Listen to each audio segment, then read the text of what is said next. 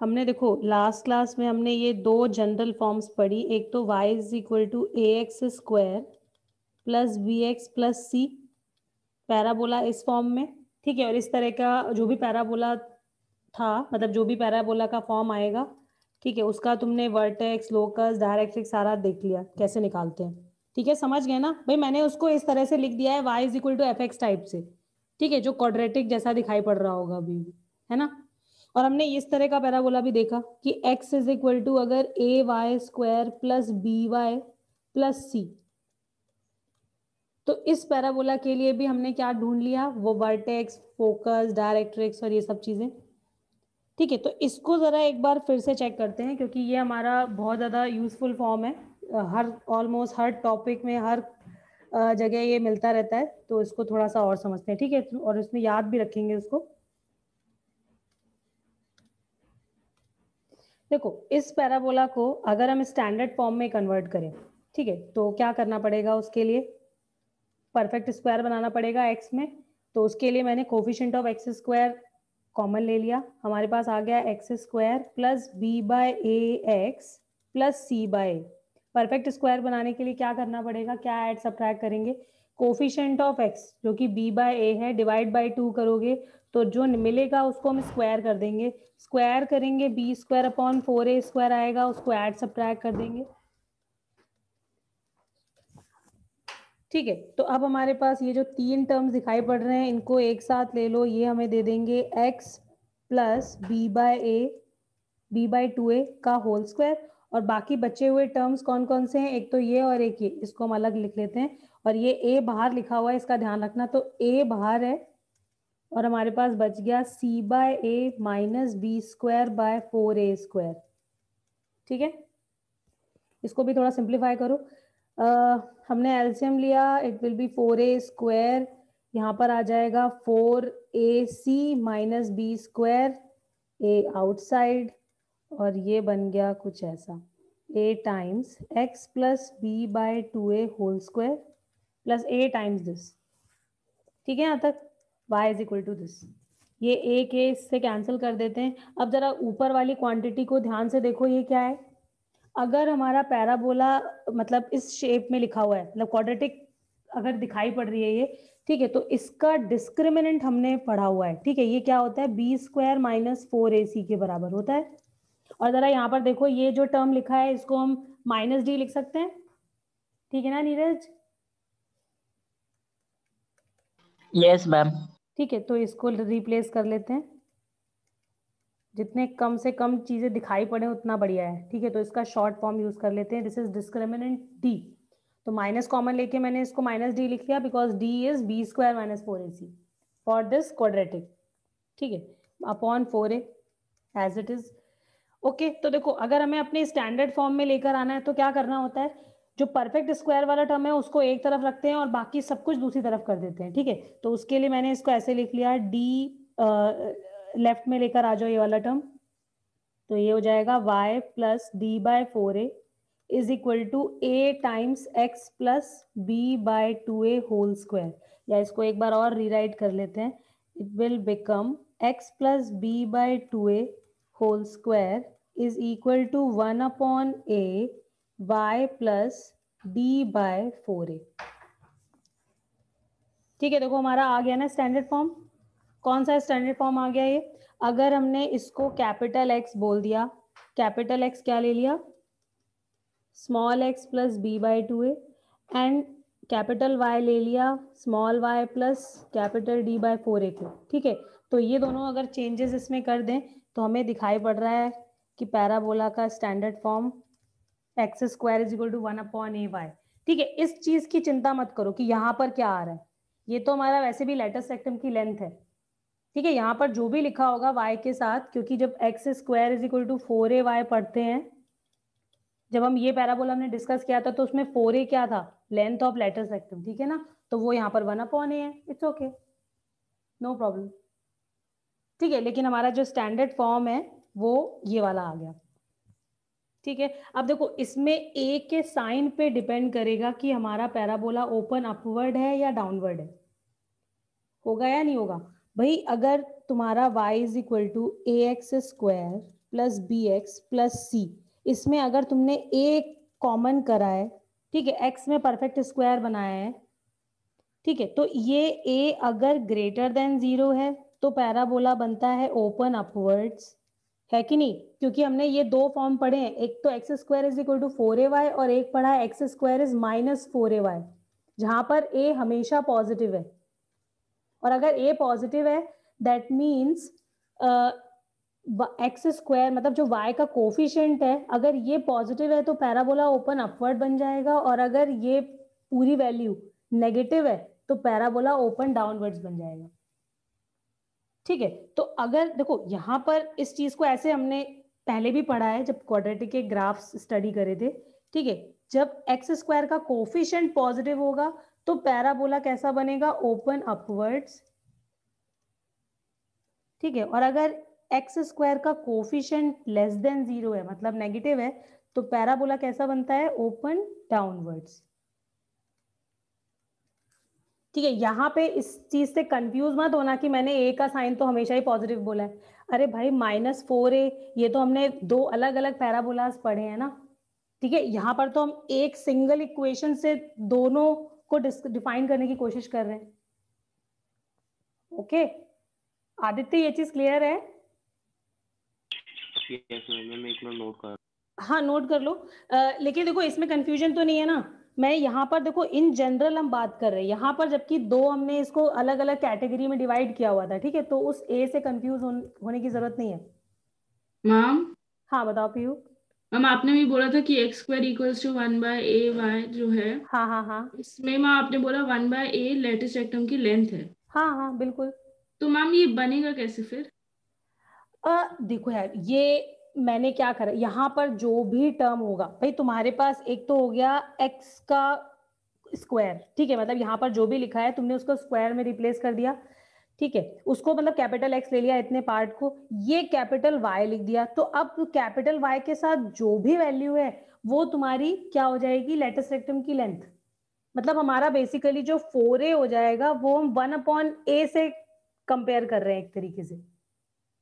तो मैम ये बनेगा वैसे ही, मतलब ऐसे कोई फर्क नहीं पड़ेगा? अरे नहीं नहीं, उन सब चीजों का कोई फर्क नहीं पड़ेगा यार। ये 1/a अपने आप ऐसा होगा कि वो पैराबोला बन जाए। ठीक है, मतलब 1/a यहाँ पर तो हमारी इक्वेशन की वजह से ऐसा आ रहा है, जैसी इक्वेशन थी हमने उसी को तो कन्वर्ट करके लिख दिया। अब वैल्यूज के साथ अगर कुछ होगा तो हम उस हिसाब से कन्वर्ट कर लेंगे।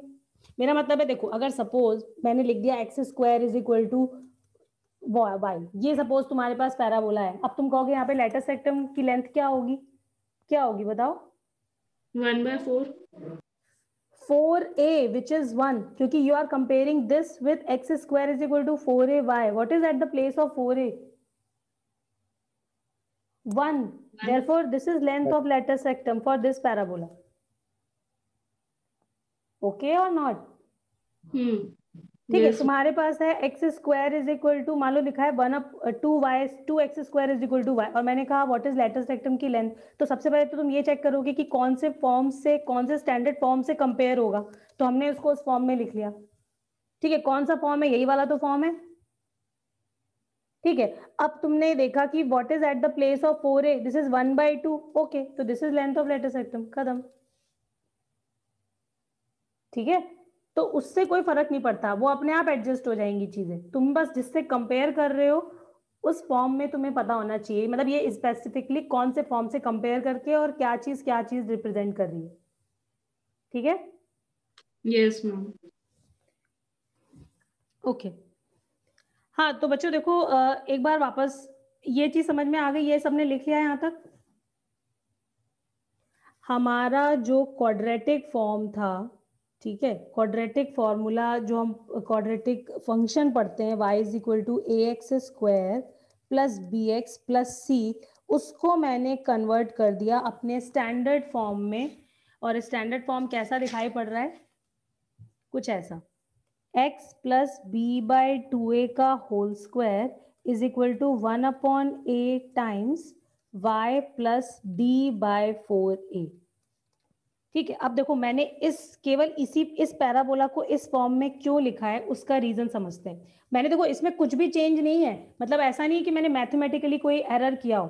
अगर हमने कोई चीज ऐड करी है तो सब्ट्रैक्ट भी करिए, बाकी सिर्फ अपने टर्म्स को इस तरह से रखा है सो दैट हम अपने नोन फॉर्म्स में से कंपेयर कर पाए। ठीक है, ओके एवरीवन। सिर्फ परफेक्ट स्क्वायर किया है और टर्म्स को बस इस फॉर्म में लिख लिया है सो दैट ये हमें दिखाई पड़ रहा है कि ये पैराबोला इस तरीके का है। मतलब या तो पैराबोला ओपन अपवर्ड आएगा या डाउनवर्ड आएगा, जो क्वाड्रेटिक फंक्शन का ग्राफ होता है। ठीक है, अब देखो इसमें हमें समझना क्या है, याद क्या रखना है। तुम्हारा पैराबोला है ओपन अपवर्ड, ठीक है, बहुत इंपॉर्टेंट है ये चीज और बच्चों को इससे बहुत हेल्प मिलेगी, तुम्हें हर टॉपिक में हेल्प मिलेगी। ठीक है, इसलिए ध्यान से समझोगे सब। पैराबोला अगर ओपन अपवर्ड है तो कैन यू सी कि जो इसका लोएस्ट पॉइंट है इस ग्राफ का वो ये वाला पॉइंट है which is vertex of the parabola होगा। और हमें ये दिखाई पड़ रहा है अगर फंक्शन इस तरीके से ड्रॉन है तो x की वैल्यू बढ़ाते जाओगे, y की वैल्यू बढ़ती जाएगी। इसका मतलब है इसका जो लोएस्ट पॉइंट है वो तो है वर्टेक्स, लेकिन इसका अपर पॉइंट इज नॉट फिक्स। मतलब अपर पॉइंट तो फिक्स ही नहीं है, ये ग्राफ तो बढ़ता जाएगा ऊपर की तरफ। यस, अब एक काम करते हैं, इसका जरा वर्टेक्स लिखो। अगर ये capital X square is equal to 1/a y के बराबर है, मतलब इस तरीके से अगर तुमने लिखा तो इसका वर्टेक्स कैसे लिखते हैं, ये हमने लास्ट क्लास में सीखा था। वर्टेक्स लिखने के लिए हमें क्या करना होता है, इस पैराबोला का वर्टेक्स क्या है, capital X 0 and capital Y 0, यही तो है इसका वर्टेक्स। क्यों अक्षत, है ना? ठीक है, तो अगर अब ऊपर वाले से, क्योंकि हमें स्मॉल x स्मॉल y के टर्म में आंसर चाहिए, तो हम x plus b by 2a को 0 और small y plus d upon 4a को 0 करेंगे। ठीक है, यहां से तुम्हें क्या मिलेगा, minus b by 2a comma minus d by 4a। ठीक है, ये हमें वर्टेक्स के कोऑर्डिनेट्स मिल गए। अगर पैराबोला यानी कि y is equal to ax square plus bx plus c quadratic form में लिखा हुआ है, ठीक है, जनरली हमें यही इक्वेशन हर जगह दिखती है। ओके, तो इसका वर्टेक्स अब हम डायरेक्टली लिख सकते हैं। ठीक है, कैसे, you have to memorise this point minus b by 2a comma minus d upon 4a। अब देखो इससे मिलेगा क्या हमें, इससे हमें मिलेगा इस फंक्शन का रेंज। किस फंक्शन का, इस फंक्शन का। क्यों, क्योंकि हमें ये दिखाई पड़ रहा है the minimum value it can attain is at the vertex, और वर्टेक्स के कोऑर्डिनेट्स हमें पता है minus b by 2a comma minus d upon 4a। ठीक है, तो अगर मैंने कहा कि इस फंक्शन का मिनिमम वैल्यू क्या होगी, y मिनिमम, इस x पर, देखो ये x की वैल्यू है और ये इस x पर y की वैल्यू है, तो जो y मिनिमम होगा वो क्या हो जाएगा, माइनस डी अपॉन 4a के बराबर। अब तुम कहोगे ये d कैसे निकलेगा, बहुत आसान है। अगर हमारा फंक्शन हमें पता है y is equal to ax square plus bx plus c है, इसका d लिखना हमें आता है, minus times b square minus 4ac। D क्या होता है, बी स्क्वायर माइनस 4ac, और अगर माइनस डी लिखोगे तो माइनस साइन लगा दोगे। ठीक है, और अपॉन 4a, तो a हमें पता है कोफिशिएंट ऑफ एक्स स्क्वायर होता है। तो ठीक है, तो इस फंक्शन का हमें रेंज मिल जाएगा क्योंकि y मिनिमम हमें पता चल गया और y maximum is not defined. Not defined क्यों, क्योंकि तुम x की वैल्यू बढ़ाते जाओ y की वैल्यू तो बढ़ती जाएगी, it will go up to infinity. Yes बच्चों, अगर ग्राफ हमारा ओपन अपवर्ड है तो हमें वर्टेक्स पे क्या मिलेगा, minimum value, minimum value of y, और हम मिनिमम मैक्सिमम जैसे ही लिख देंगे तो हमें क्या मिल जाएगा, रेंज ऑफ द फंक्शन। ठीक है, अच्छा देखो, मैम एक मिनट नोट करना है जरा मेरा। हाँ करो करो करो, नोट करो। देखो अगर थोड़ा सा कम समझ में भी आ रहा है तो अभी चलेगा, अभी हम जब क्वेश्चंस करेंगे तो एकदम क्लियर हो जाएगा। ठीक है, लेकिन ये समझना बहुत इंपॉर्टेंट है कि अगर पैराबोला ओपन अपवर्ड है तो हमें वर्टेक्स पे क्या मिलेगा, minimum of the function, minimum of the graph. सबको दिख रहा है ये, है ना प्रभाकर? Okay, yes ma'am. ठीक है,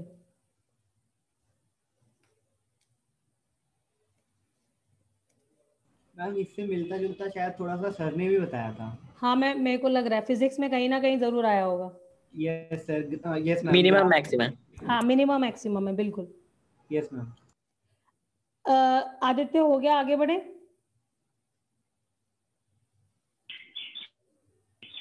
यस मैम। हाँ तो देखो, अगर हमारा ग्राफ है ओपन डाउनवर्ड्स, कैसे पता चलता है? जब a लेस देन 0 होता है।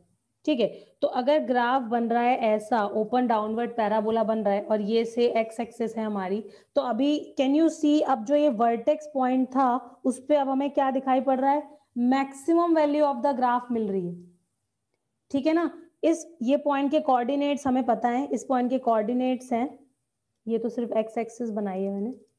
ठीक है, पॉइंट यहां पर लिख देते हैं अगेन, -b/2a कॉमा -d/4a। ठीक है, तो इस केस में हमें मिलेगा मैक्सिमम वैल्यू, कहां से मैक्सिमम वैल्यू क्या हो जाएगी? -d/4a के बराबर। ये x की वैल्यू होती है और ये उस x पर y की वैल्यू है। तो अगर फंक्शन की मिनिमम वैल्यू पूछी जा रही है, इसका मतलब है तुमसे y की वैल्यू पूछी जा रही है, मिनिमम ऑफ द फंक्शन, क्योंकि यही y हमारा fx होता है। यस, तो y मैक्स क्या हो जाएगा इस केस में? -d/4a के बराबर। ठीक है, और इस केस में मिनिमम नॉट डिफाइंड हो जाएगा। क्यों? क्योंकि तुम्हारा ग्राफ -इन्फिनिटी की तरफ जा रहा है। तुम जैसे जैसे x को बढ़ाते जाओगे, y कहां पर जाता जा रहा है? -इन्फिनिटी की तरफ। ठीक है, तो इसको -इन्फिनिटी लिख लो। तो हमें फिर से क्या मिल गई? रेंज ऑफ द फंक्शन मिल गई। भाई रेंज का मतलब क्या होता था? रेंज का मतलब वैल्यूज ऑफ y तो होता है, y या फिर fx, कुछ भी कह लो। ठीक है, और अगर तुम्हें एक लिमिट, दोनों लिमिट पता चल गई, इसका मतलब है कि हम क्या लिख सकते हैं? रेंज ऑफ द फंक्शन लिख सकते हैं। ओके एवरीवन, सबको ये चीज क्लियर है? स्वयं समझ में आया? Yes ma'am. क्वेश्चन करके दिखाती हूँ एक, देखो उससे फिर अब जिससे पूछा जाएगा वो बताएगा। ठीक है, हाँ इसलिए मैम, समझ 1 लो। मिनट नोट करने दीजिए थोड़ा सा। लो नोट करो।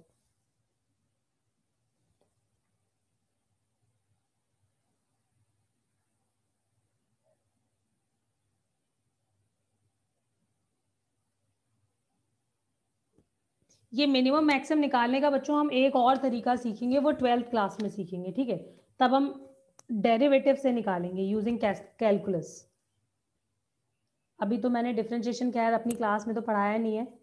ठीक है, थोड़ा बहुत विनय सर ने कहा था पढ़ाने के लिए, तो कुछ बच्चों को बताया था मैंने।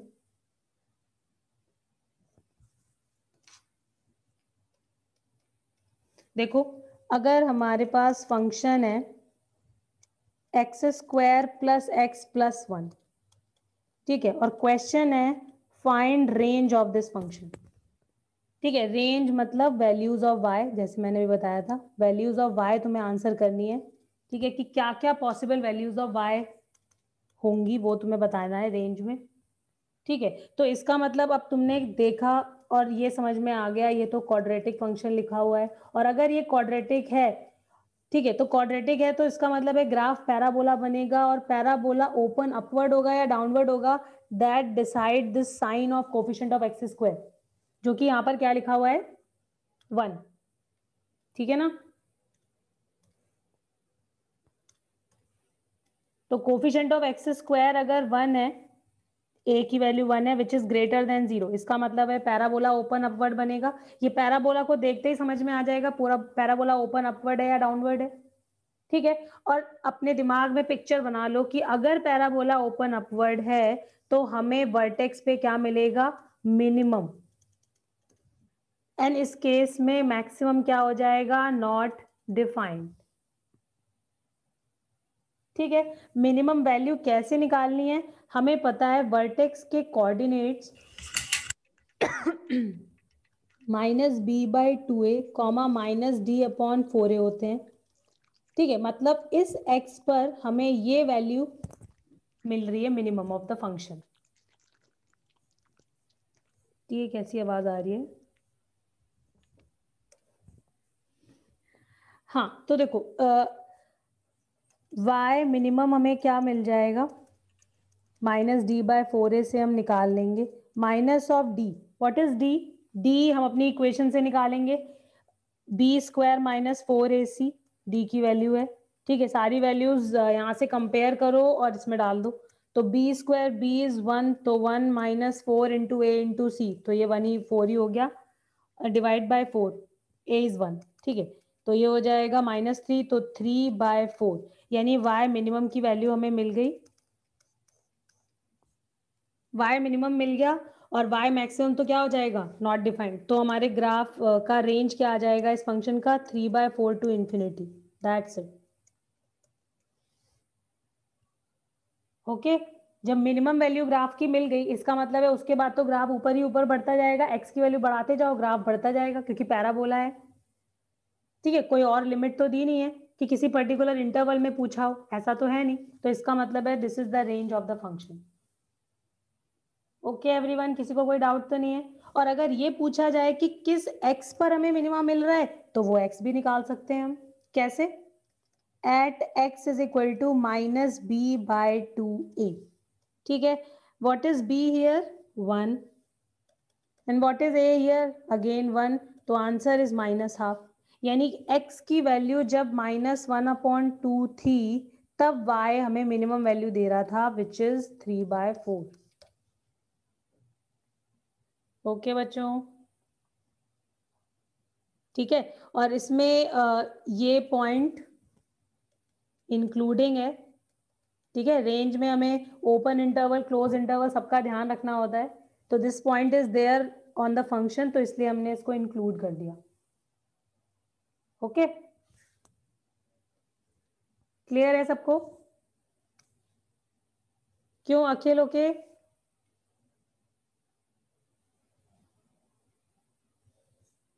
अरे अखिल बोल तो दो। ओके, ठीक है। तो अभी सपोज तुम्हारे पास फंक्शन है y is equal to -x² plus 2x plus 3। What is range of this function? Find range.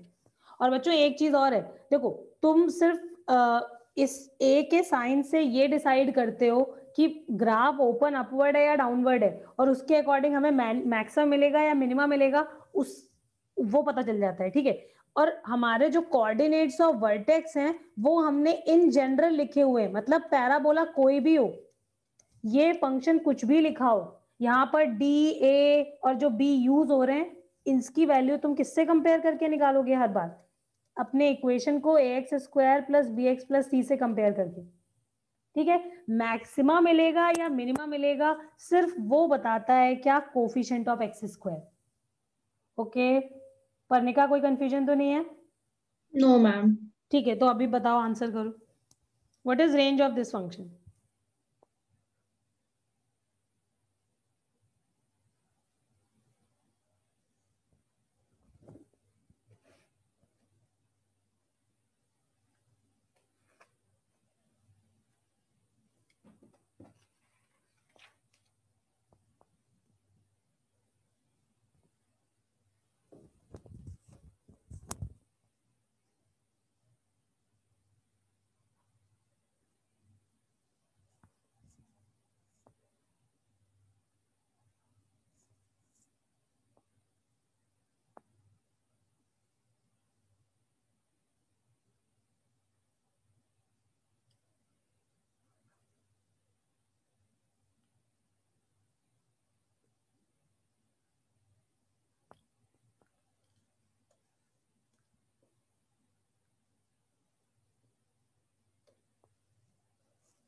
Okay, Prabhakar is saying answer is -∞ to 4, ठीक है। और बताओ, और किसी का कुछ और आ रहा हो तो? यही आ रहा है। यही आ रहा है। यही आ रहा है? Yes yes ma'am. Okay. अब जिसका ना आ रहा हो वो बता दे। अर्नव आ गया? मैम नहीं आया। नहीं आया। शिवांशु, शिवांशु हो ना? Hello Shivanshu, yes ma'am. क्या प्रॉब्लम आ गई? हाँ, क्या प्रॉब्लम आ गई भाई? देखो, तुमने सबसे पहले तो ये नोटिस किया कि कोफिशिएंट ऑफ x² माइनस में है, इसका मतलब पैराबोला ओपन डाउनवर्ड होगा, होगा? ठीक है ना। और अगर ओपन डाउनवर्ड पैराबोला है तो हमें वर्टेक्स पे क्या मिलेगा, मैक्सिमम वैल्यू मिलेगी, right. Minimum in this case is not defined. ठीक है, तो वर्टेक्स पे वैल्यू क्या मिलेगी हमें फंक्शन की, दिस विल बी -d/4a के बराबर, मतलब y max is at the vertex. ठीक है, अब वैल्यूज डालनी है तो माइनस ऑफ डी की वैल्यू यहां से निकालोगे, क्या हो जाएगा, b² - 4ac, तो b² - 4 इंटू ए इंटू सी अपॉन 4 इंटू ए। जहां पर जो चीज है बस वो वहां पे लिख दो। कंपेयर तुम्हें हर बार इसी फॉर्म से करना है क्योंकि हमने इन जनरल वर्टेक्स के कोऑर्डिनेट्स निकाले हुए हैं, ए की वैल्यू कैसी भी हो। ठीक है, ए पॉजिटिव है या नेगेटिव है, बस वो ये बता रहा है कि हमारा पैराबोला ओपन अपवर्ड है या ओपन डाउनवर्ड है। ओके शिवांशु, अच्छा ठीक है, तो बस यहाँ पर ये कितना आ जाएगा, ये 12 हो जाएगा डिवाइड बाय -4, तो नहीं 12, सॉरी, हाँ 12 है, और ये हो जाएगा 4। ठीक है, तो y मैक्स हमें मिल गया, और minimum in this case is, कहाँ तक जा रहा है मिनिमम, ये तो बढ़ता ही जाएगा, और नीचे और नीचे x की वैल्यू बढ़ाते जाओगे, वैल्यू और नेगेटिव होती जाएगी। ठीक है, तो -∞ to 4। ठीक है, तो ये मैम हमारा आ जाएगा रेंज ऑफ द फंक्शन। ठीक है, इसे क्लोज कर दो। हाँ क्या कह रहे हो बताओ। हम आ गया। आ गया, ओके।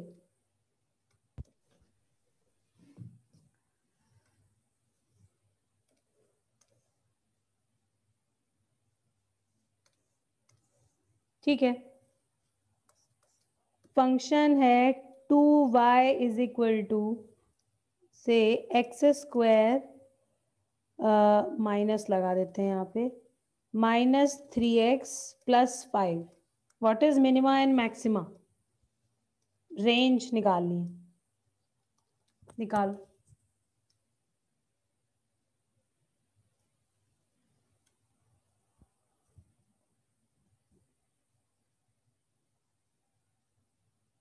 हाँ मैम, एक मिनट थोड़ा ऊपर कर दो, इसको नोट करना है।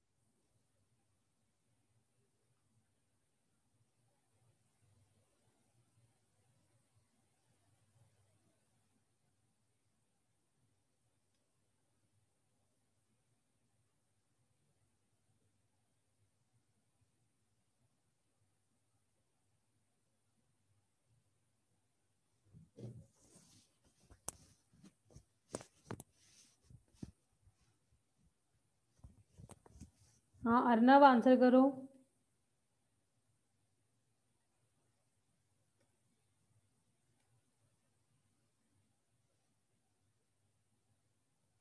हाँ भाई अर्नव, क्या कर रहे हो, बोला करो भाई, तुम लोग बोलते नहीं हो, ये तो बहुत गलत बात है।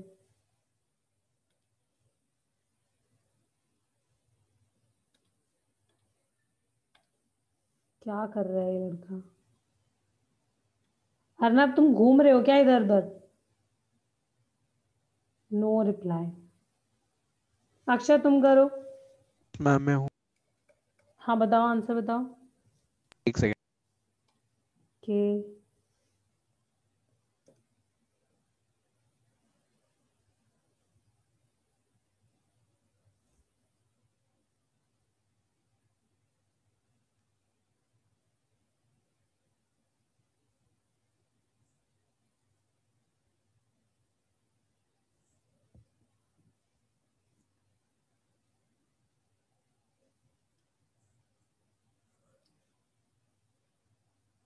मैम हाँ बताओ, हाँ बोलो। -∞, हम्म 23/4।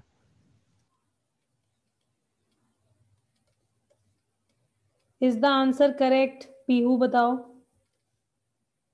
मैम मेरा तो 29/8 आ रहा है। 29/8 आ रहा है। मैम मेरा भी 29/8 ही आ रहा है। नीरज का कुछ और ही आ रहा है। भाई कैलकुलेशन चेक करो इस वैल्यू के लिए। अक्षर तुम चेक करो और जल्दी से बताओ ये सही है, एक बार वापस देखो स्वयं तुम्हारा क्या आ रहा है। मैम 29/8। 29/8 आ रहा है, ओके। इस 2 से डिवाइड कर दिया है बच्चों, कंपेयर किससे कर रहे हो? y is equal to A x square plus B x plus C, तो ये y होना चाहिए। तो first you have to divide the whole equation by 2, otherwise तुम 2 के लिए आंसर करोगे, मतलब 2 से बाद में मल्टीप्लाई करना पड़ेगा।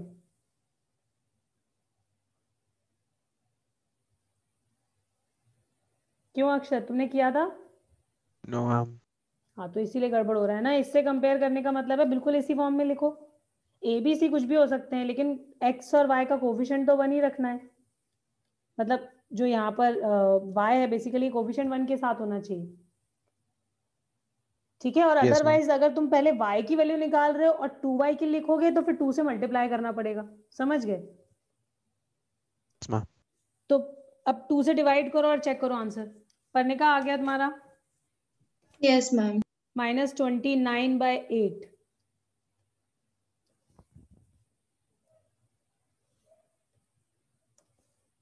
देखो अब हम इसको ऑलमोस्ट हर टॉपिक में ये यूज होता रहता है, ठीक है, तो ये याद रखना है सबको, ठीक है। अक्षर चेक करा? यस मैम, फिर से कर। ठीक है, तब तक मैं नेक्स्ट क्वेश्चन लिख रही हूँ, आ जाए तो बता देना, ठीक है। क्वेश्चन है, देखो एक जे का क्वेश्चन करते हैं अब, ठीक है। हो गया। Okay, the locus of the vertices of the family of parabolas y is equal to a cube x square by 3 plus a square x by 2 minus 2a is, options हैं xy is equal to 105/64, xy is 3/4, xy is 35/16 और xy is 64/105,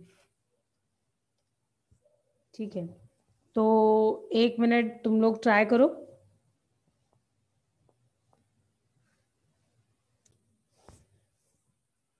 बताओ भाई, किसी को ये लिखने में दिक्कत तो नहीं है इसका वर्टेक्स? शिवांशु हो गया? वहाँ पे एक बार बता दो मैम ये। बता दूं? ठीक है, तो जरा ध्यान से देखना भाई, तुम्हें अगर इसका वर्टेक्स लिखना है तो हम किससे कंपेयर करेंगे इसको? इसको इस फॉर्म में लिख लो, A x square plus B x plus C, ठीक है। अगर हमारा पैराबोला ये है तो वर्टेक्स कैसे लिखते हैं? -b/2a, तो कैपिटल बी कैपिटल ए कर लेते हैं, कॉमा -d/4 ऐसे ही तो लिखते हैं वर्टेक्स, ठीक है। तो अब हमें ये सारी चीजें मतलब कैपिटल बी कैपिटल ए और कैपिटल डी अपने इस पैराबोला से लिखनी है, ठीक है। तो लिखना शुरू करो, थोड़ा ध्यान से लिखना है बस। Minus of b, what is at the place of b? Coefficient of x क्या है? a²/2, ये b की वैल्यू हो गई, अपॉन में 2a, तो 2 into A, what is a is small a³/3, comma what is d, minus लगा दिया, d कितना होता है? b² - 4ac, तो व्हाट इज b हियर? ये हो जाएगा a²/2 का स्क्वायर, मतलब a⁴ 4/4, b² हो गया -4 into a is a³/3 into c is -2a, ठीक है। बहुत सारे a हैं तो थोड़ा ध्यान से काम करना है, डिवाइडेड बाय 4a, तो 4 इंटू a³/3। शिवांशु ओके? ठीक है, अब बस सिंप्लीफाई करो। तो क्या करें, देखो ये तुम्हारा a² a³ से कैंसिल हो गया और ये बन जाएगा माइनस का 3 ऊपर चला जाएगा और ये 2 नीचे आ जाएगा, ये बन जाएगा -3/4a, ठीक है। देखो ये x कोऑर्डिनेट आ रहा है एंड y कोऑर्डिनेट क्या हो जाएगा? माइनस ऑफ a⁴/4, ये दोनों माइनस एक साथ कर दिए, ये प्लस हो गया और ये हो गया 8a⁴/3, ठीक है। तो लाइक टर्म्स मिल गए हमें, 4a³/3 से डिवाइड कर दिया। अब इन दोनों को ऐड करो, कितना आएगा भाई? ये हो जाएगा a⁴ तो भारी कर दिया, ठीक है, वो एक a³ से कैंसिल हो गया, तो हमें मिल जाएगा -35/16a, ये आ जाएगा। अब देखो हमें इसी पॉइंट का लोकस ढूंढना है which is vertex of the parabolas, है ना। तो जिसका लोकस ढूंढना होता है उसको हम एच और के कंसीडर कर लेते हैं, तो हमने कंसीडर कर लिया। यहाँ पे जो एच है दिस इज -3/4a एंड जो k है वो है -35/16a। a is a changing quantity, क्योंकि जो पैराबोलाज हैं वो कैसे चेंज हो रहे हैं, मतलब कैसे तुम्हें डिफरेंट डिफरेंट पैराबोलाज मिलेंगे। When you change the value of a you will get all the parabolas, ठीक है। और हमें उसके वर्टेक्स का लोकस चाहिए, इसका मतलब हमें a हटाना है, जो भी चेंजिंग क्वांटिटी होती है उसको हमें हटाना होता है। कैसे हटेंगी ये, व्हेन यू मल्टीप्लाई, सिंपल सा कैलकुलेशन दिख रहा है, ठीक है। तो h और k को x और y में रिप्लेस करो, दोनों को मल्टीप्लाई करोगे तो तुम्हें क्या मिल जाएगा answer, and that is 105/64। Shivanshu okay? Yes ma'am. Ma'am थोड़ा सा ऊपर कर दो, मुझे नोट करना है। बस yes ma'am. Okay.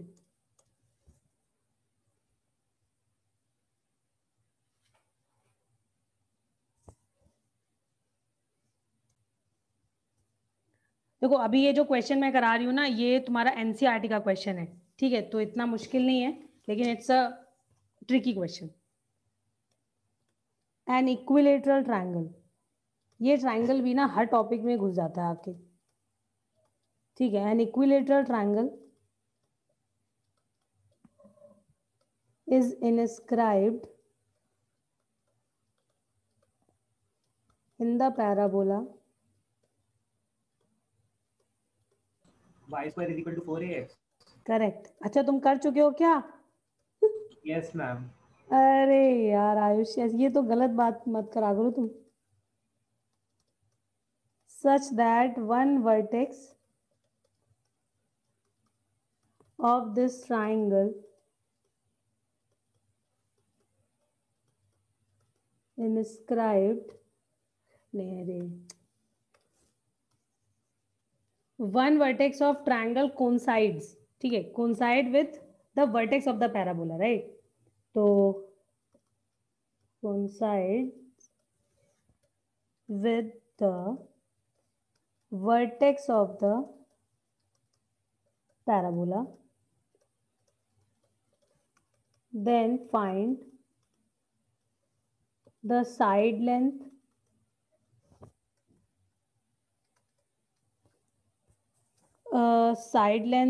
of the triangle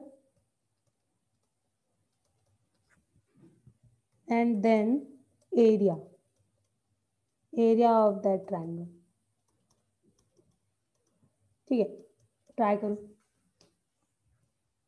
किसी ने आंसर भी भेज दिया, या आयुष ही होगा। 8√3 है, ठीक है, ठीक है आयुष, एरिया निकालो तब तक तुम।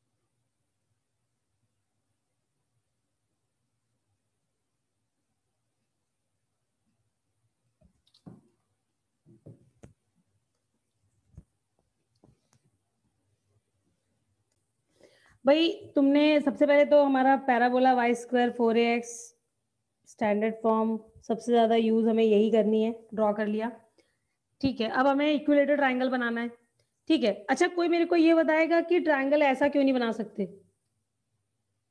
मतलब कुछ ऐसा नहीं हो सकता कि एक साइड बड़ी हो, एक साइड फिर दूसरी साइड हम यहाँ पे थोड़ा कम कर दें, और फिर क्या ये इक्विलेटरल ट्रायंगल होगा?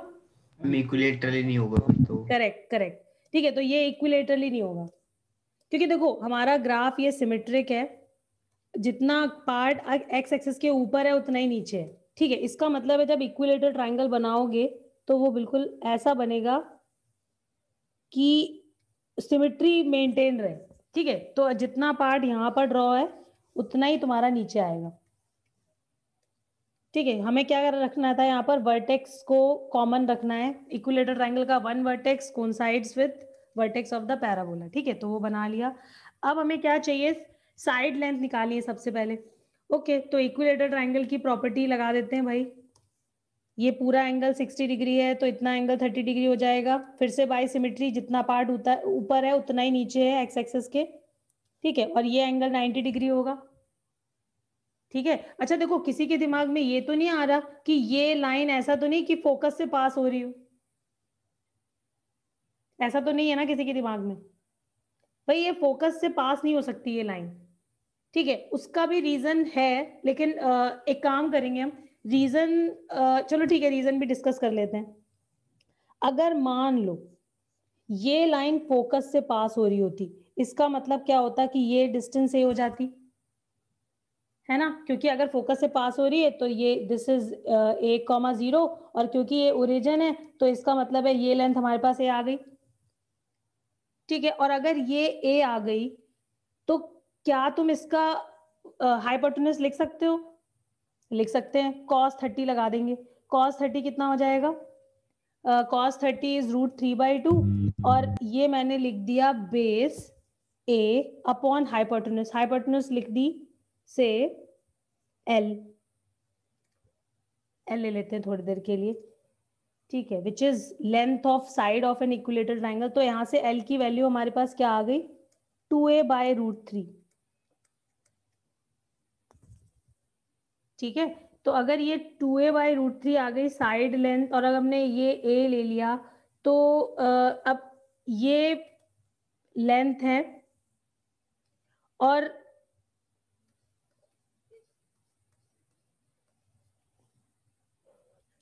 हमारा जो L है ये हाइपोटेन्यूज की लेंथ है, ठीक है, तो ये सबसे बड़ी साइड होनी चाहिए, ठीक है। और ये A, एक्चुअली यहाँ पर एक गड़बड़ और भी हो रही है ना, क्योंकि ये जो A है, ये वाला A, ये वाला मैंने ले लिया, और ठीक है, तो ये डिस्टेंस ये वाला कितना हो जाएगा, ये भी निकाल सकते हैं, ये कितना होगा एक बार चेक करो, ये हो जाएगा इसके लिए मैंने लेना पड़ेगा, पाइथागोरस से भी निकाल सकते हैं, चलो पाइथागोरस से निकाल सकते हैं, ये हो जाएगा L² और -a² करेंगे तो ये हो जाएगा 4a² / 3 - a², which is how much, ये हो जाएगा 3a², तो ये a/√3 आ जाएगा ना मैम? वो लेटेस्ट रेक्टम नहीं होगा? ये यही तो तुम कह रहे हो, लेटेस्ट रेक्टम होना चाहिए ना, तो और ये नहीं है, फाइन, यही मैं एक्सप्लेन कर रही हूँ कि जो हमारा इक्विलेटरल ट्रायंगल हमने यहाँ पे ड्रॉ किया है, उसमें जो थर्ड साइड है इक्विलेटरल ट्रायंगल की, थर्ड साइड ये फोकस से पास नहीं होगी, यही मैंने एक्सप्लेन करना था, और ये हमने प्रूव कर दिया, क्योंकि हमारी जो इतनी लेंथ है वो तो a/√3 आ रही है, और अगर ये लेटेस्ट रेक्टम होता तभी तो ये a0 से पास होता, और तब तो इसकी लेंथ 4a आनी चाहिए, मतलब इतना पार्ट 2a आना चाहिए। पीहू ओके? क्यों बच्चों, बताओ भाई, समझ आया या नहीं आया? इसका मतलब हम इन जनरल फिगर बनाएंगे जिसमें हमारा जो इक्विलेटरल ट्रायंगल का साइड है वो फोकस से पास नहीं होगा, ठीक है, फोकस इज समवेयर हियर, और हमारा जो साइड है, third side of the equilateral triangle, जो ये हमारा परपेंडिकुलर टू एक्सिस दिखाई पड़ रहा है, this is not through a,0। Okay everyone, बच्चों ये चीज क्लियर है? स्वयं ये चीज समझ में आई या नहीं आई, जल्दी से बताओ। Yes ma'am. क्योंकि ये a/√3 आ रहा है, देख लो, ठीक है, इतना पार्ट, जबकि ये इतना नहीं, ये नहीं आना चाहिए, है ना, ये 2a आना चाहिए, दैट मीन्स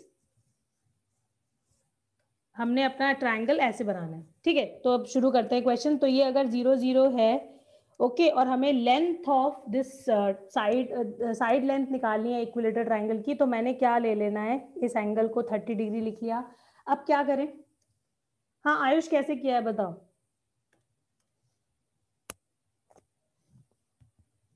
हाँ आयुष। अच्छा शिवांशु तुम बताओ, Shivanshu can you hear me?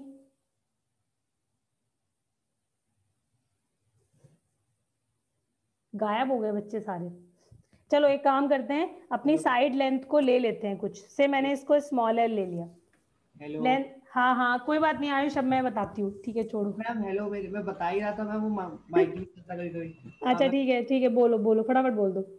हाँ मैम, जैसे मैंने तो जो राइट एंगल हमारा ट्रायंगल बन रहा है उसमें हाँ पाइथागोरस जो आपका वो कर लिया। फिर हाँ फिर जो हमारी एक साइड है वो हमारी 3a² by 4 आ जाएगी। फिर हमें कोऑर्डिनेट मिल जाएंगे उसके। हाँ ठीक है, समझ गई, ठीक है, सही है, वैसे भी कर सकते हो। और एक काम हम ऐसे भी कर सकते हैं कि अगर मेरे को साइड लेंथ निकालनी है, मैंने उसको से एल ले लिया, एल ले लो या एक्स ले लो, एक्स मत लो, कुछ भी ले लो, तो मैंने यहाँ पर एल लिया हुआ है, ठीक है।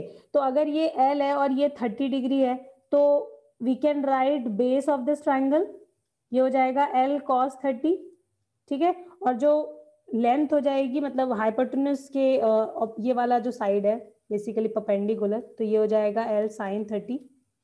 और अगर ये दोनों चीजें हमें मिल गई तो हम इस पॉइंट के कोऑर्डिनेट्स भी लिख सकते हैं, बिकॉज हम सब कुछ ओरिजिन से कंसीडर कर रहे हैं, ठीक है। तो इस पॉइंट के कोऑर्डिनेट्स क्या आ गए, l cos 30 which is l root 3/2, comma l sine 30 which is l/2, sine 30 1/2। Yes, और अब क्या करा जाए, ये पॉइंट कहां पर है, this point lies on the parabola. इसका मतलब क्या हो जाएगा, ये हमारे पैराबोला को सेटिस्फाई करेगा। तो रख देते हैं x और y के प्लेस पर। y के प्लेस पर हो जाएगा l/2, इसका स्क्वायर कर दिया, and 4a times x, x is l root 3/2। यहां से हमारा एक l कैंसिल हो जाएगा, इसको ऐसे लिख लो,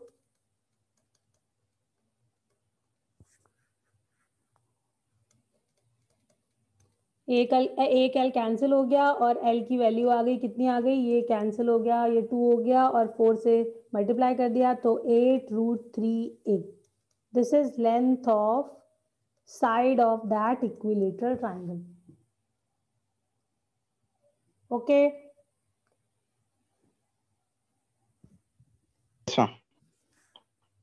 ठीक है पारस। अच्छा, अब हमें L मिल गया, तो now we can write area of this triangle which is root 3/4 into side square. Side square मतलब 8 रूट 3a होल स्क्वायर, ठीक है। और तुम्हें यहाँ से क्या आंसर मिल जाएगा, ये हो जाएगा 48 रूट 3a स्क्वायर, यही आ रहा है। Yes ma'am.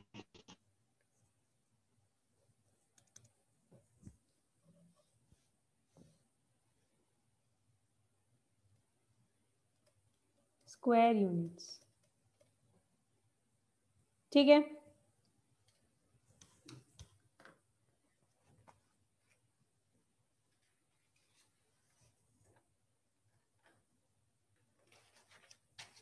अच्छा देखो, हमने अब तक कोऑर्डिनेट में सर्कल पढ़ लिया, ठीक है, और पैराबोला पढ़ लिया। जरा एक बार इनको साथ में देखते हैं। क्वेश्चन है, the circle x square plus y square is equal to 5 meets the parabola y square is equal to 4x at P and Q, then find length PQ, ठीक है। तो ट्राई करो, देखो ये क्वेश्चन बड़े आराम से हो जाएगा। तुम्हें पता है कि अगर दो कर्व दिए हुए हैं और उनका पॉइंट ऑफ इंटरसेक्शन निकालना है, तो व्हाट टू डू पता है। क्यों नितिश, क्या करते हैं? हाँ बोलो नितिश। मैम और एक बार और दीजिए। देखो मैं ये पूछ रही थी, अगर तुम्हारे पास दो कर्व है, भाई क्वेश्चन क्या है, एक सर्कल है जो पैराबोला को मीट करता है 2 पॉइंट्स पर, कैसा होगा ये, इसका अगर इसको पिक्चराइज करोगे, इसको ड्रॉ करोगे तो कैसा दिखेगा, ऐसे ही तो दिखेगा। ये हमने पैराबोला ड्रॉ कर लिया कॉनकेव टुवर्ड्स राइट, और ये सर्कल ड्रॉ कर लिया जिसका सेंटर कहाँ पर है, ओरिजिन पर, तो कुछ इस तरीके का होगा। Yes ma'am. तुम्हें दिखाई पड़ रहा है they are meeting at 2 points, हाँ तो ये P और Q मिल गए, और हमें क्या निकालना है, लेंथ PQ निकालना है, कॉमन कॉर्ड। ठीक है, तो अगर हमें PQ निकालना है तो उसके लिए क्या करना पड़ेगा, कैसे मिलते हैं P and Q, वो पूछ रही थी मैं। वैल्यू पुट कर दो। एग्जैक्टली हमें दोनों कर्व्स को साथ में सॉल्व करना है, साथ में सॉल्व करना है। ठीक है, वहां से तुम्हें x की 2 वैल्यूज मिलेंगी और फिर तुम्हें रिस्पेक्टिव y की 2 वैल्यूज मिल जाएंगी, and then get PQ by distance formula. Answer बताओ, सब कोई कर सकता है इस क्वेश्चन को, जिससे पूछूंगी वो बताएगा। ठीक है, निकालो।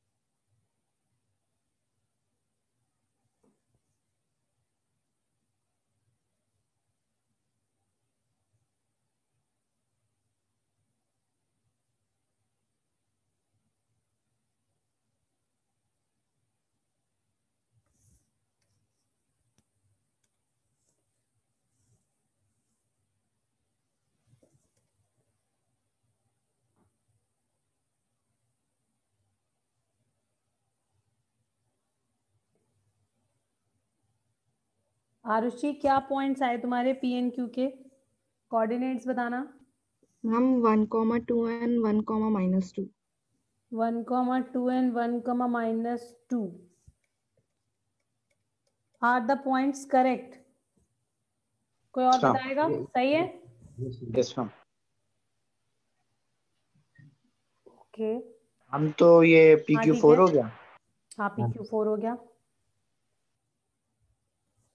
आ गया सबका। श्रद्धा आया। Yes ma'am. ओके, श्रेया तुम्हारा, श्रेया आर यू हियर।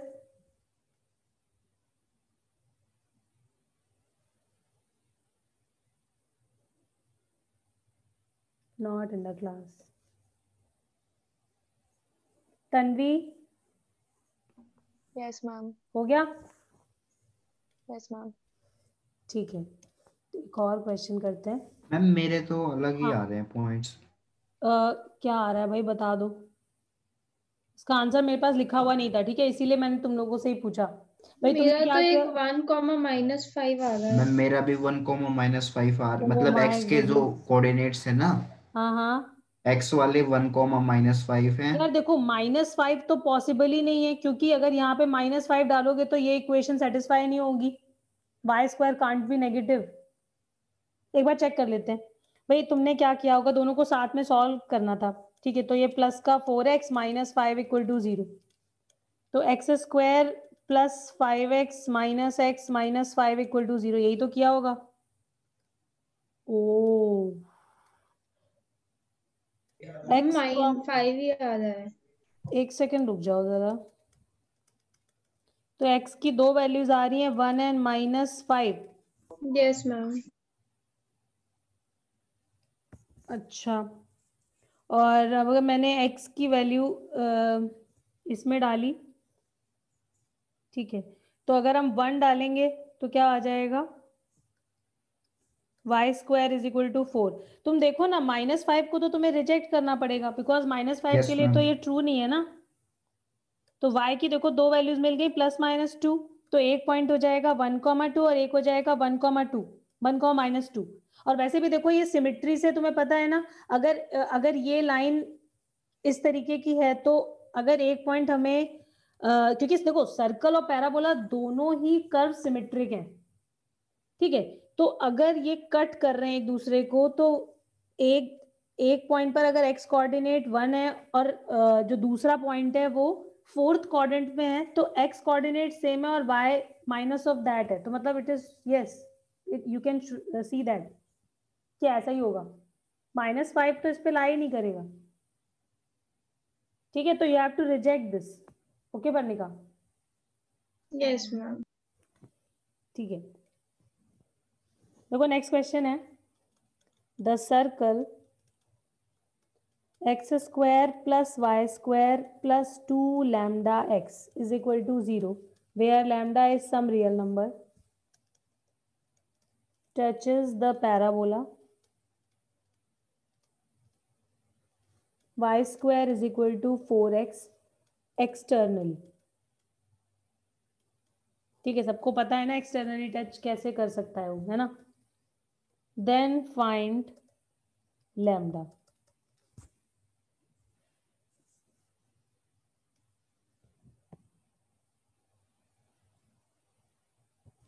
या एक काम करते हैं, क्वेश्चन को थोड़ा सा चेंज कर देते हैं, then find number of values of lambda.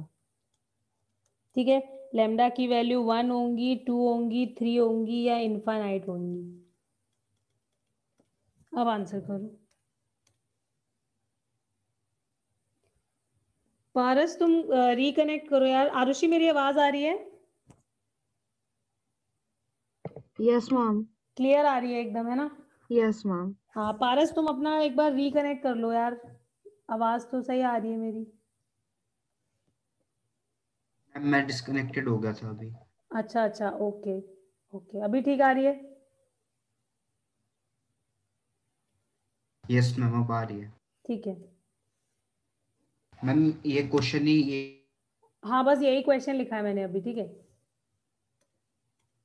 Question है, ये सर्कल है जो parabola y square is equal to 4x को एक्सटर्नली टच कर रहा है, तुम्हें लैम्डा की वैल्यू आंसर करनी है। ठीक है, बल्कि number of values of lambda भी बताना है और उसके लिए ऑप्शंस दिए हुए हैं।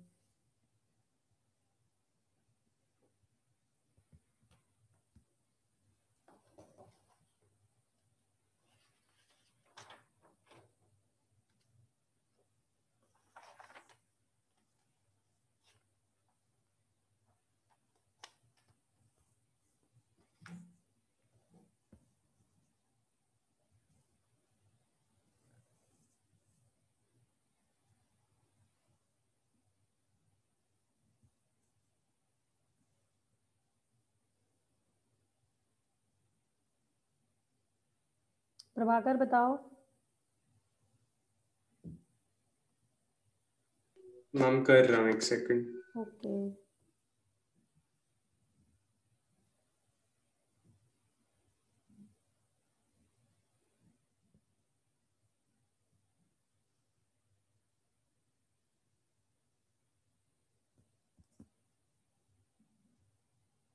ये नंबर ऑफ वैल्यूज बतानी है लैम्डा की? हाँ, नंबर ऑफ वैल्यूज के लिए ऑप्शंस हैं ये। ठीक है,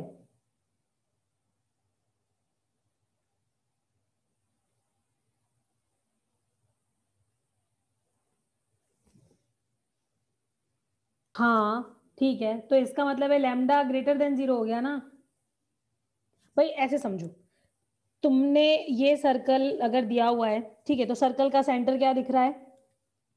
ये है माइनस लैम्डा कॉमा 0। ठीक है, रेडियस भी लैम्डा ही होगी। ये सर्कल की स्पेसिफिकेशंस हो गई। पैराबोला हमारा standard form y square is equal to 4x है। ठीक है, तो दोनों को ड्रॉ कर लेते हैं। ये हो गया पैराबोला और अगर सर्कल का सेंटर माइनस लैम्डा कॉमा 0 है, ठीक है, तो तुम इसको, डेफिनेट सी बात है, एक्स एक्सिस सेंटर बनाना है तो इधर तो बना ही नहीं सकते। क्यों? क्योंकि हमें तो क्या करना है, सर्कल एक्सटर्नली टच कर रहा है पैराबोला को, तो एक्सटर्नली टच करेगा, इसका मतलब है कि सर्कल तो ऐसा बनाना पड़ेगा। यस और नो? क्यों पारस, होगा ऐसा?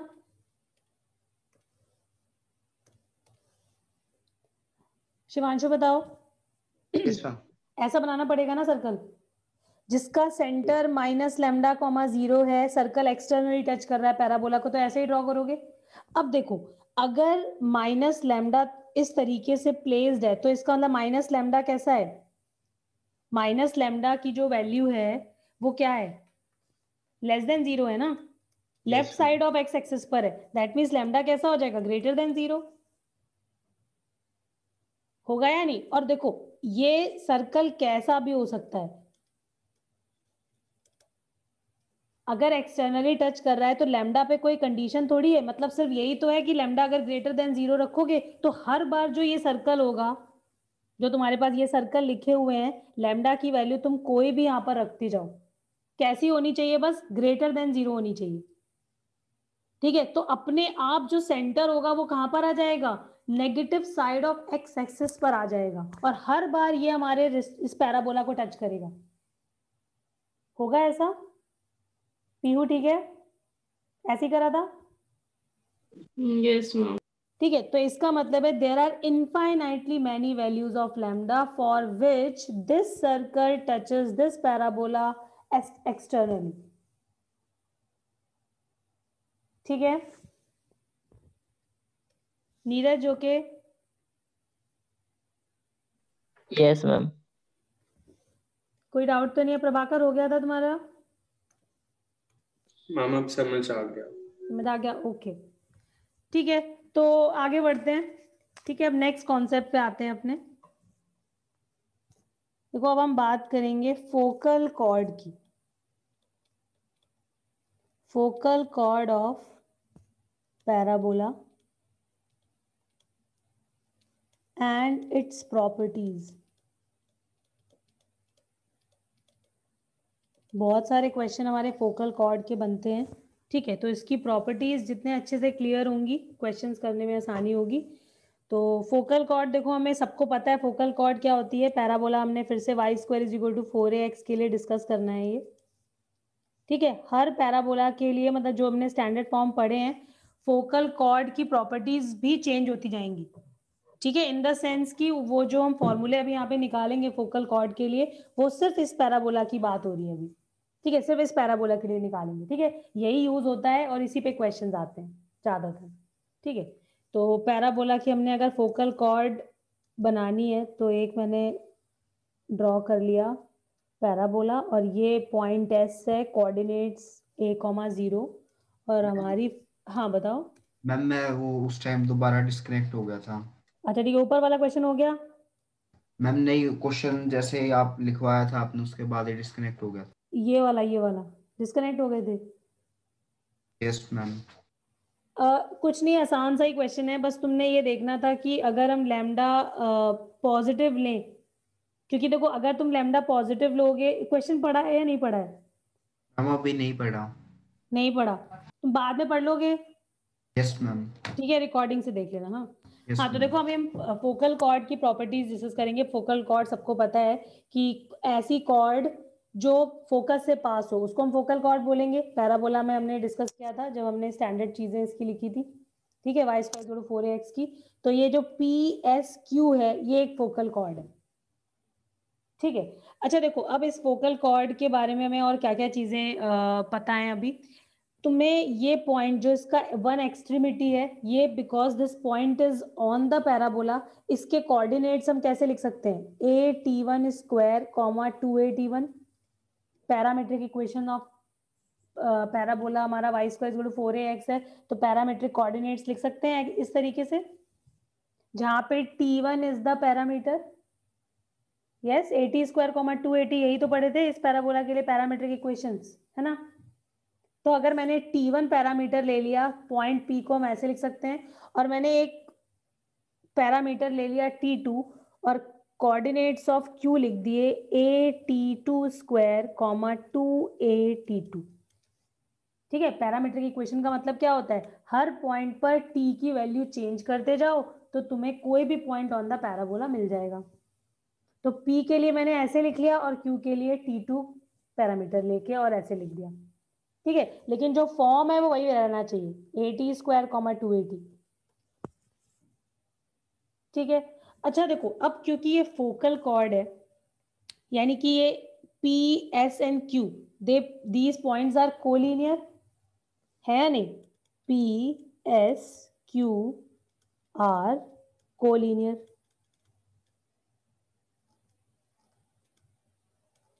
These are collinear points. तो हम यहाँ पे ये कह सकते हैं कि slope of SP is same as slope of SQ. क्योंकि पॉइंट्स एक लाइन में है, तो इसका मतलब है अगर तुम दो पॉइंट्स को ज्वाइन करोगे इनमें से तो उनके स्लोप्स भी सेम रहेंगे. तुम चाहे इसका ले लो, इसका ले लो, इसका ले लो, किसी का भी ले लो. ठीक है, तो हम ऐसे लिख सकते हैं. अब एक बार जरा स्लोप ऑफ SP लिखो. अगर पॉइंट्स गिवन है तो स्लोप कैसे लिखोगे? y2 minus y1 upon x2 minus x1. ठीक है ना? तो मैंने लिख लिया 2at1 minus 0 divided by at1 square minus a. Slope of SQ क्या हो जाएगा? 2at2 minus 0 divided by at2 square minus a. Okay, अब जरा इसको सिंप्लीफाई करो. ठीक है, सिंप्लीफाई करेंगे तो ये 0 है, ये 0 हटा दिया. दोनों तरफ 2a कैंसिल हो जाएगा. और डिनोमिनेटर से भी मैंने क्या हटा दिया? a कॉमन करके हटा देंगे. दोनों तरफ a दिखाई पड़ रहा है, a कॉमन करा और हटा दिया. देखो यहाँ तक आ गए. क्रॉस मल्टीप्लाई करेंगे, हमारे पास आ जाएगा t1 t2 square minus t1 minus t2 t1 square plus t2 equal to 0. मैंने क्रॉस मल्टीप्लाई किया और साथ में सारी चीजें लेफ्ट में और इक्वल टू 0 कर दिया. यहाँ तक किसी को कोई दिक्कत नहीं? ठीक है. अब इन दोनों टर्म में से take t1 t2 common. You will have t2 minus t1. ठीक है, और ये जो बचे हुए दो टर्म्स हैं इसमें से +1 कॉमन करोगे तो क्या आ जाएगा? t2 minus t1 equal to 0. ठीक है, देखो दो फैक्टर हमें दिखाई पड़ रहे हैं. एक आ जाएगा t2 माइनस t1 और एक आ जाएगा t1 t2 plus 1 equal to 0. ठीक है, दो फैक्टर 0 के बराबर है, प्रोडक्ट में लिखे हुए हैं. ठीक है, तो that means one of them must be 0, यानी कि t2 माइनस t1 या तो 0 होगा और या फिर t1 t2 प्लस 1 की वैल्यू 0 के बराबर हो जाएगी. ठीक है, देखो ये नहीं हो सकता. t2 is can not be same as t1. क्यों? क्योंकि points p and q they are different points on the parabola. तो अगर पॉइंट्स डिफरेंट हैं तो उनके जो पैरामेट्रिक फॉर्म है, मतलब पैरामेट्रिक इक्वेशन जो हमने ली है वो अलग अलग होंगी. या फिर ये कह सकते हो जो t हमने यूज किए हैं वो दोनों पॉइंट्स के लिए अलग होगा क्योंकि they are different points on the parabola. ठीक है, तो t1 कांट बी t2. तो ये हो गया हमारा रिजेक्ट. ठीक है, और हमारे पास क्या रिलेशन आ गया? इसका मतलब है कि t1 t2 में ये रिलेशन मिल गया हमें. क्या? t1 t2 is -1. इसका मतलब क्या है कि जो t2 है वो -1 अपॉन t1 के बराबर होगा. ये हम लिख सकते हैं. ठीक है, अब देखो इससे हमें फायदा क्या हुआ? इससे हमें ये फायदा हुआ कि हम एक्सट्रीमिटीज ऑफ फोकल कॉर्ड किसी एक पैरामीटर के फॉर्म में लिख सकते हैं. मतलब क्या कि अगर हमने इस एक्सट्रीमिटी को लिख दिया से at स्क्वायर 2at, तो अब हम दूसरी extremity of the focal cord कैसे लिख देंगे? हम t2 के प्लेस पर क्या डाल देंगे? -1 अपॉन t. भाई ऐसे समझो कि मैंने इस पॉइंट का पैरामीटर ले लिया t और दूसरे पॉइंट का पैरामीटर से t2 है. तो अभी अभी हमने क्या रिलेशन निकाला कि t1 t2 is equal to -1 होगा. ठीक है, या फिर t2 की जगह हम क्या लिख सकते हैं? -1 अपॉन t1. तो we will use this relation. ठीक है, और अगर मैंने इस पॉइंट का पैरामीटर t ले लिया तो t2 इंटू t की value -1, that means t2 is -1 upon t. And now put t2 के प्लेस पर -1 upon t. You will get a/t square आएगा ना. t2 के प्लेस पर you are putting -1 upon t. ठीक है, तो ये मिल जाएगा कॉमा -2a/t. होगा ऐसा? इसका मतलब है एक पैरामीटर से हमने दो पॉइंट्स लिख दिए. बस प्रॉब्लम क्या है? ये एंड पॉइंट्स ऑफ एक्सट्रीमिटीज होने जरूरी है. ऐसा नहीं कि कहीं पर भी लिख दो ऐसा. ठीक है, तो फोकल कॉर्ड की एक्सट्रीमिटीज हमें मिल गई। अगर पैराबोला हमारा Y square is equal to 4ax है, ठीक है, तो extremities of focal chord would be क्या हो जाएंगी, 80 square comma 280। If this is one extremity तो other would be a/t square comma minus 2a/t। क्यों? क्योंकि हमारे पास ये रिलेशन है, अगर दो पॉइंट्स t1 एंड t2 अगर हमारे उसके पैरामीटर्स हैं तो t1 t2 -1 के बराबर होता है। ठीक है, तो अगर एक पॉइंट का पैरामीटर t ले रहे हो तो दूसरे पॉइंट का अपने आप -1/t ले लोगे। ओके बच्चों, ये कुछ वैसा नहीं है जैसा हमने स्लोप्स का प्रोडक्ट समझा था, अगर लाइंस परपेंडिकुलर हैं। यस, वैसे याद रख सकते हैं। Yes, ma'am. ठीक है, अगर m1 m2 -1 प्रोडक्ट है तो इसका मतलब अगर एक स्लोप m दी है तो परपेंडिकुलर लाइन की स्लोप हम कैसे लिखते हैं, -1/m, ऐसी तो लिखते हैं। बिल्कुल सेम तरीके से हम ये याद रखेंगे। ये दोनों एक्सट्रीमिटीज है ना? हाँ, मतलब एक्सट्रीमिटीज तो यही हो गया ना, एंड पॉइंट्स। हाँ। ठीक है, तो इनके पैरामीटर्स में ये रिलेशन है t1 t2 -1। मतलब अगर एक पैरामीटर तुम्हें पता है तो तुम्हें दूसरा किसी को बताने की जरूरत नहीं है, यू नो द वैल्यू।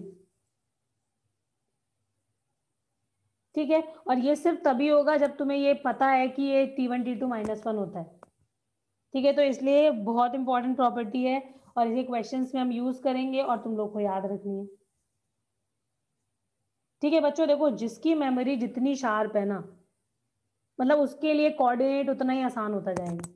चीजें याद रखना और कहाँ पे क्या अप्लाई करना है ये समझ में आना, ये दोनों चीजों की बहुत जरूरत है। ठीक है, देखो बहुत ज्यादा तो मेरे को भी नहीं याद है, मैं तुम्हें सही बताऊं।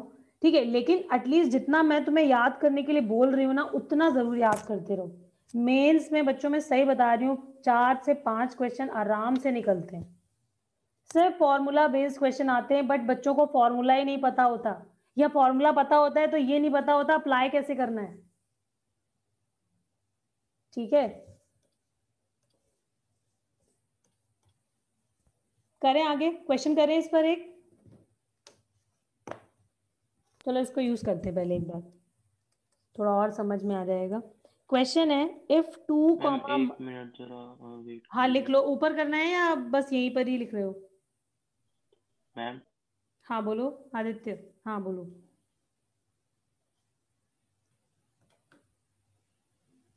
स्क्रॉल अप तो नहीं करना।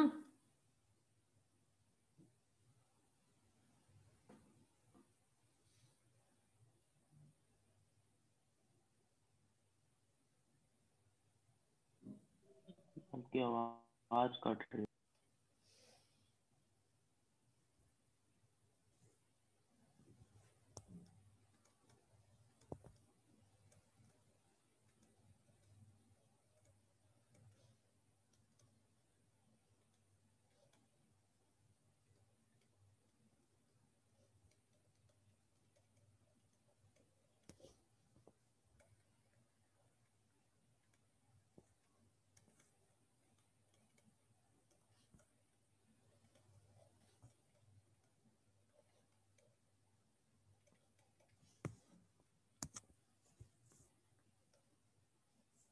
हाँ आदित्य,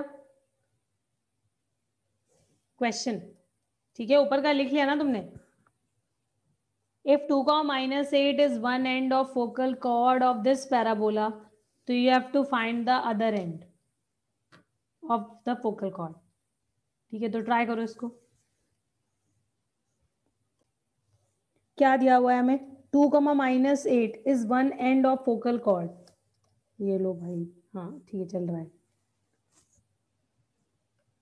हाँ 2, -8 is one end of focal chord of this parabola. ठीक है, यहाँ से हमें ये तो समझ में आ रहा है जो 4a है वो 32 है, so that हमें a मिल गया।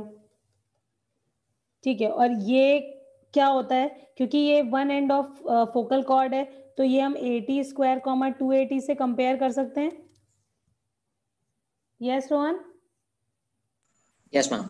ठीक है, तो इसका मतलब है ए टी स्क्वायर की वैल्यू 2, जहां पर ए तो 8 है, तो ए टी स्क्वायर अगर 2 है तो टी स्क्वायर कितना हो जाएगा 1/4, है ना। और देखो हमें एक्स और वाई सेम चाहिए, इसका मतलब है कि यहाँ से जो टी की दो वैल्यू मिल रही है +-1/2, ठीक है, हमें वो टी चाहिए जहां पर 280 इज -8, तो तुम्हें दूसरा कोऑर्डिनेट भी चेक करना पड़ेगा, तो 280 क्या होना चाहिए -8 के बराबर।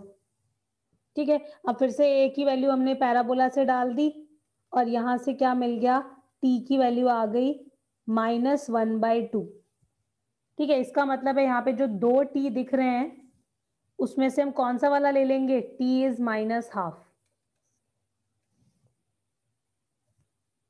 ओके, तो हमें अगर टी पता चल गया तो अब हम फोकल कॉर्ड का दूसरा एंड लिख सकते हैं, क्योंकि दूसरा वाला जो एंड होगा, अब तुम याद करो जब हम स्लोप्स में क्या करते हैं, अगर एक एंड का स्लोप मतलब एक लाइन का स्लोप हमें पता है 2 है और हमें पता है जो दूसरी लाइन है which is perpendicular to this line, तो उसका स्लोप हम फट से -12 लिख देते हैं। रोहन यस? Yes ma'am. है ना, तो बिल्कुल सेम तरीके से अगर तुम्हारे पास एक लाइन एक एक्सट्रीमिटी का टी पता चल गया तो दूसरी एक्सट्रीमिटी का टी हम लिख सकते हैं। Yes ma'am. क्या हो जाएगा वो, अगर ये T1 है तो T2 बिकम्स 2 हो जाएगा। Yes ma'am. रेसिप्रोकल किया और माइनस हटाया, मतलब माइनस से मल्टीप्लाई कर दिया, है ना, बिल्कुल जैसे यहाँ पर M1 M2 -1 था वैसे यहाँ पे T1 T2 -1 है। ठीक है, तो अब अगर ये पॉइंट पता चल गया मतलब टी पता चल गया, तो अब तो कोऑर्डिनेट्स ही लिखने, कैसे लिखने, AT स्क्वायर 280 से ऐसे ही तो लिखोगे, बल्कि इसको इस फॉर्म में मत लिखो, ये गलत इंप्रेशन जाएगा जो बच्चे बाद में देखेंगे, इसको ऐसे लिखो, ये हो जाएगा A/T स्क्वायर -2A/T। ठीक है, तो बस अब तुमने क्या करना है, टी की वैल्यू यहाँ पे डालनी है, तो टी की वैल्यू अगर 2 है तो ये हो जाएगा, और ए 8 था तो 8/4 कॉमा माइनस, अच्छा ये 1 हो गया ना, एक सेकेंड तो सही कर लेते हैं।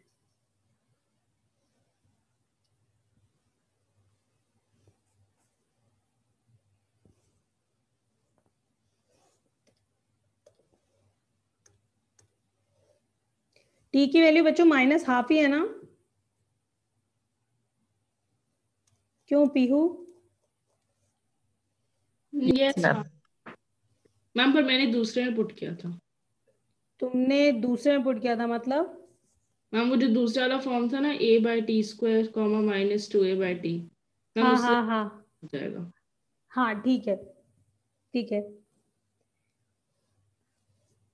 नहीं एक सेकेंड रुको जरा, देखो मैंने ये निकाला, टी की वैल्यू निकाल ली, ठीक है, तो अब अगर हम डालेंगे ये टी किस में डालेंगे,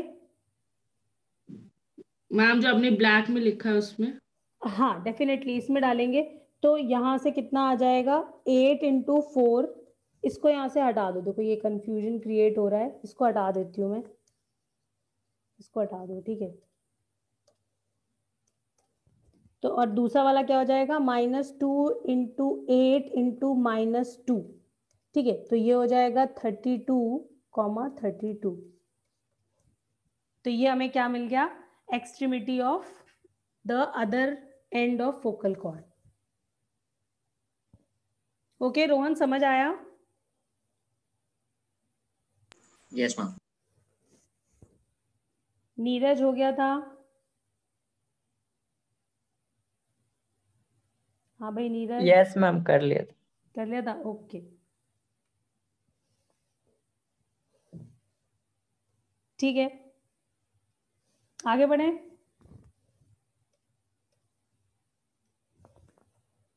ओके मैम देखो, थोड़ा नोट करना है। करो करो फटाफट करो।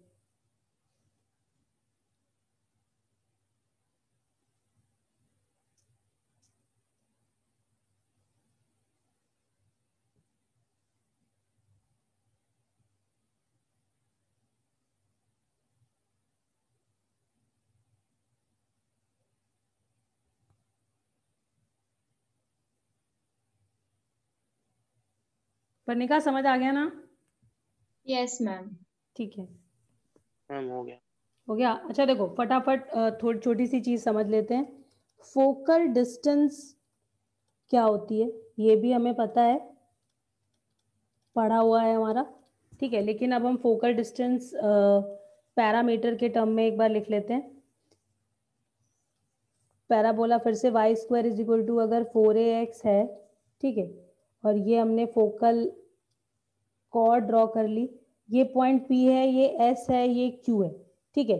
तो जो PS है, PS को हम क्या बोलते हैं? Focal distance. याद आ गया सबको? फोकल डिस्टेंस का मतलब है किसी भी पॉइंट ऑन द पैराबोला को अगर तुम फोकस से ज्वाइन करोगे तो this length PS is called focal distance और फोकल लेंथ, ठीक है।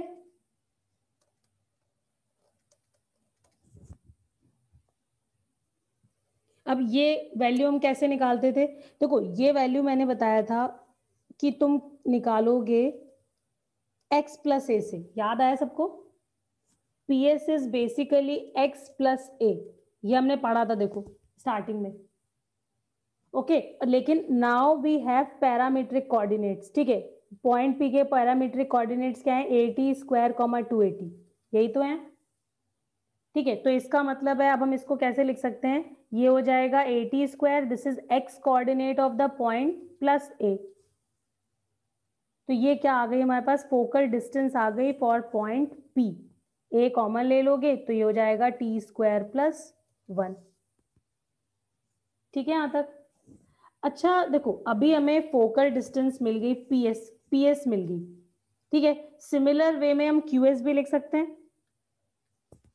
देखो। लेकिन अब एक चीज और भी है, QS के लिए हमें ये पता है कि इस पॉइंट का जो कोऑर्डिनेट है, क्योंकि ये लाइन फोकस से पास हो रही है, तो Q पॉइंट के कोऑर्डिनेट्स हमारे पास हैं a/t square comma -2a upon t के बराबर होगा ऐसा, क्योंकि ये तो फोकल कॉर्ड है और फोकल कॉर्ड है तो हमें एक्सट्रीमिटीज पता है कैसे होते हैं। अगर हमने इसका पैरामीटर t ले लिया तो हम इसके लिए we have that relation t1 t2 -1 and therefore we can write coordinates of q this way। yes बच्चों, फोकल डिस्टेंस याद तो आया ना सबको कि हमने ऐसे निकाला था, ये यहाँ से यहाँ तक का x कोऑर्डिनेट हो जाएगा because this is at origin, और फिर हमने ये वैल्यू a के बराबर थी because this line was x plus a equal to 0, तो यहाँ का a और यहाँ का x ऐड करके a प्लस x लिखा था। याद है सबको? अक्षत याद है? Yes ma'am. ठीक है, तो अब मैंने x is x coordinate of the point, therefore I replaced by 80 square and then a, and then you have this focal distance या focal length, ओके। और अगर सपोज हमें QS लिखना है तो QS भी तो फोकल डिस्टेंस ही है भाई। Any point on the parabola Q point है और उसका फोकस से डिस्टेंस वो भी फोकल डिस्टेंस है या फोकल लेंथ, कुछ भी कह लो, ठीक है। लेकिन इस बार जो QS की वैल्यू होगी वो किसके बराबर होगी? हमें पता है जो QS है वो QM के बराबर होता है, QM डैश लिख लो अगर इसको तो। और ये जो QM डैश है वो हम कैसे निकालते हैं? फिर से x प्लस a से, और x यहाँ पर अभी क्या है? a/t स्क्वायर प्लस a के बराबर, x coordinate of the point plus a, okay. Tanvi ठीक है ये? Yes ma'am. ओके, तो ये आ गया हमारे पास, a कॉमन करोगे तो 1/t स्क्वायर प्लस 1 के बराबर। अब देखो हमने अगर ये दोनों निकाल लिए तो now we can talk of focal distance, तो हमने निकाल लिया। हाँ, तो अब मैं बात कर रही थी कि अब हम क्या लिख सकते हैं? लेंथ ऑफ फोकल कॉर्ड लिख सकते हैं। Now we can write length of focal chord, क्योंकि लेंथ ऑफ फोकल कॉर्ड किसके बराबर हो जाएगी? PS प्लस SQ के हो जाएगी या नहीं? फोकल कॉर्ड की लेंथ क्या हो जाएगी अगर हम PS और SQ को ऐड कर दें? ठीक है, PS क्या था? ये देखो ये रहा PS, ठीक है। इसको चेंज कर लेते हैं। हाँ, PS की वैल्यू मैंने लिख दी a times t square plus 1, और SQ क्या है? a times 1/t square plus 1, ये लिखी हुई है, ठीक है। जरा इन दोनों को ऐड करो, देखो कितना अच्छा दिखाई पड़ेगा अभी। ये लिखा हुआ है हमारे पास, ये 80 स्क्वायर है, ये a है, ये a बाई टी स्क्वायर है, ये a है, तो हमारे पास आ गया, या फिर एक काम करो, a को भारी रहने देते हैं, हमारे पास आ गया T square plus 1/t² plus 2, और ये क्या लिखा हुआ है, ये लिखा हुआ है t प्लस 1/t का होल स्क्वायर। क्यों भाई, लिखा है ना? ओपन करो, देखो यही मिलेगा ऊपर वाला एक्सप्रेशन। तो हमारे पास क्या आ गया, लेंथ ऑफ फोकल कॉर्ड।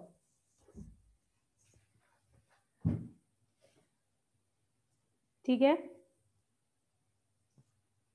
हमने लिख दिया length of focal chord in terms of parameter a times t plus 1/t whole square. This is length.